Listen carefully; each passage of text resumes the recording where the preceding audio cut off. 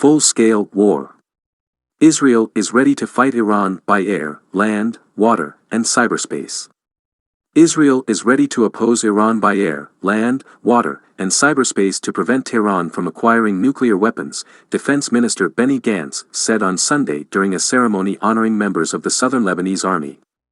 Later that evening, Benny Gantz gave a television interview in which he openly said that Israel conflicted with Iran and would do everything possible to stop Iranians from behaving negatively in the Middle East. Iran and the United States are in talks to return to the 2015 nuclear deal, which Israel disapproves of. We recall that the then President of the United States Donald Trump pulled the United States out of this deal, which caused controversy in the world. Iran has not remained indifferent to this U.S. behavior and has taken steps to increase uranium enrichment. Israel continues to avenge Iran's attacks on an Israeli cargo ship. Tel Aviv generally has no practice of commenting on military actions carried out by the Israeli army, but when they are linked to Tehran, Tel Aviv is not silent and takes responsibility.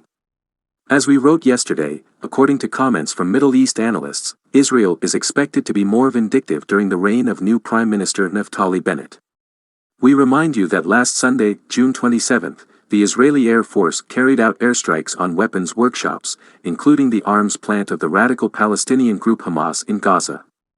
The reason for this was the balloons loaded with explosives to Israel released by the Palestinians earlier in the week. During Benjamin Netanyahu's rule, Israel did not always respond to such Palestinian attacks, which very often caused mostly fires without damage to buildings or injuries.